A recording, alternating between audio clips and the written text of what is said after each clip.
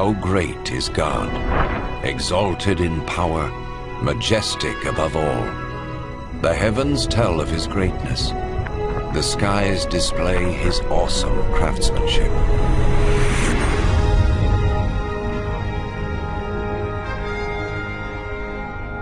Day after day they continue to speak. Night after night they make him known. In creating the heavens, God also created the earth and formed man from the dust of the ground and breathed into his nostrils the breath of life.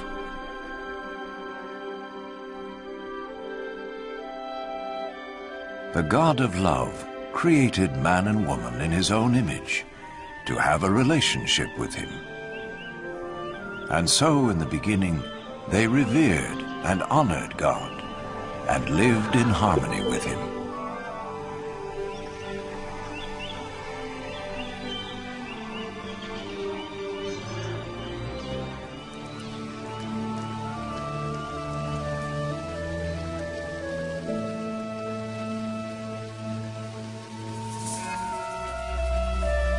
This continued until one day Satan tempted the woman to eat the forbidden fruit, and she gave it to the man, who also ate. In so doing, mankind rebelled against God and went their own way.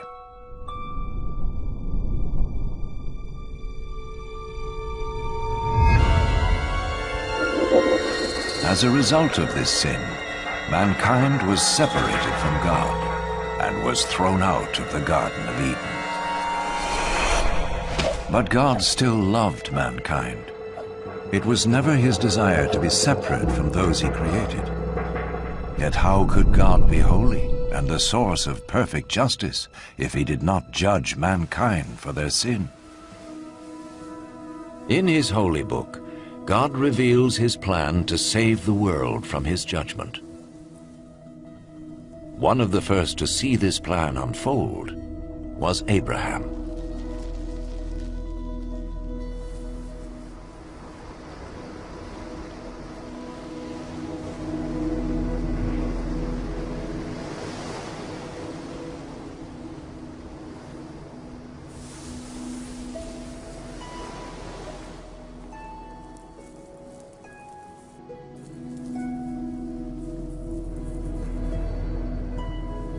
Abraham was a righteous man, whom God promised to bless and make his descendants as numerous as the sand of the sea and the stars of the sky.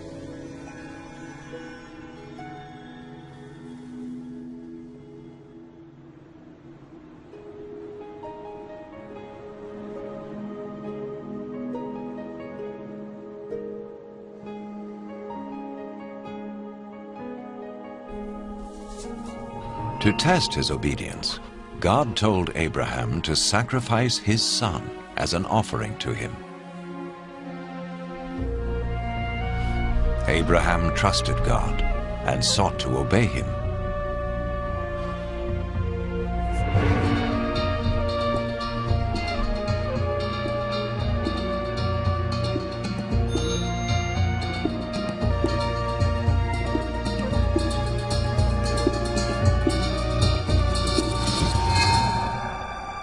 But as he raised his knife to kill his son, the angel of the Lord stopped him. He saw that Abraham feared God and was willing to obey him. Then Abraham saw a ram caught by its horns in a thicket, and he sacrificed the ram instead of his son as an offering to God. And so God showed Abraham that a lamb or similar animal was to be slain as a temporary covering for sin until God would provide his ultimate sacrifice to pay for the sins of mankind. Instead of sin separating man from God, the sacrifice would restore their relationship. The Holy Scriptures speak of one who was to come and be the ultimate sacrifice for the sins of the world, As the ram took the place of Abraham's son, so this one who would come would take man's place, so he could be forgiven. Some refer to this person as the Messiah, the one who would come and reconcile the world back to God once and for all.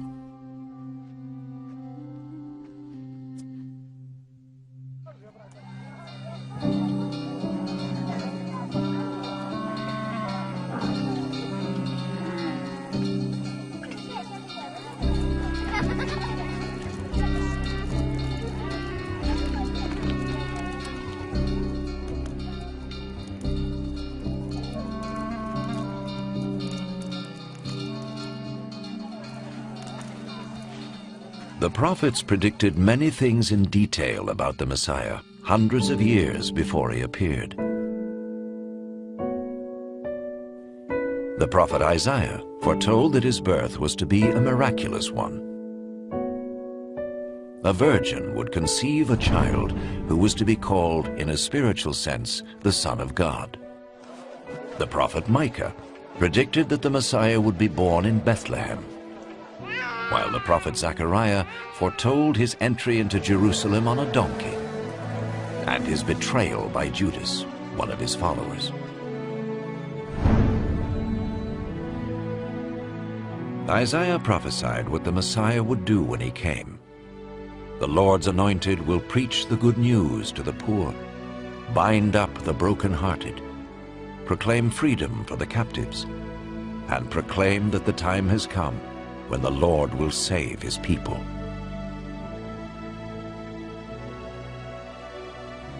So who was the Messiah? In the 1st century, a prophet came called Jesus. Some thought he was the one the prophets spoke about. Could this be? Did his life fulfill what was predicted of him? Was Jesus more than a prophet? What follows is his story, based on eyewitness accounts as recorded in the Holy Scriptures. An actor plays the part of Jesus, and though no actor is worthy of such a role, it has been done so that we may understand and benefit from the life of Jesus.